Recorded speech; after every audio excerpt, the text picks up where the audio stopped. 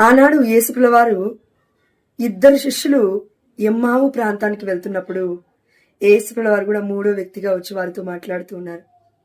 ఆ సమయంలో వారిద్దరూ యేసుప్రభుల వారిని, ఇదిగో మాతో సాయంత్రపు కాలపు వేళలో భోజనం చేయండి అన్నప్పుడు వెళ్ళి యేసుప్రభుల వారు భోజనం చేశాడు అని లేదు అక్కడ. రొట్టె విరిచాడు. రొట్టె విరవగానే వారి కళ్ళు తెరవబడ్డాయి అని వాక్యం సెలవిస్తుంది. అంటే దాని తర్వాత వాళ్ళిద్దరూ మాట్లాడుకుంటున్నారు. ఇదిగో ఆ వ్యక్తి మనతో మాట్లాడుతున్న సమయంలో మార్గ మధ్యంలో మన యొక్క హృదయంలో ఏదో ఒక జ్వాల లాంటి అనుభవం గుండా మనం వచ్చాము అని చెప్పుకుంటూ ఉన్నారు.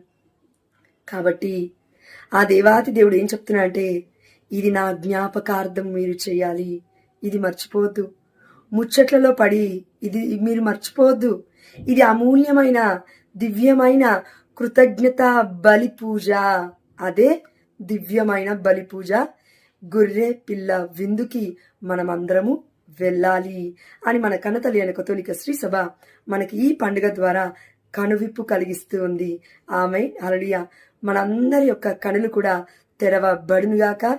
దివ్యమైన దేవుని యొక్క గొర్రెపిల్ల విందుకి మనమందరము ఆహ్వానితులమే, ధన్యులమే, స్వీకరించిన వారం. కాబట్టి వెళ్ళి ఆ దేవాతి దేవుణ్ణి మనలోకి స్వీకరించుకుందాం. అదేవిధంగా దేవుణ్ణి తెలుసుకుందాం, దేవుణ్ణి ప్రేమించుదాం, అదేవిధంగా జీవించుదాం. ఆమె హల్లెలూయా.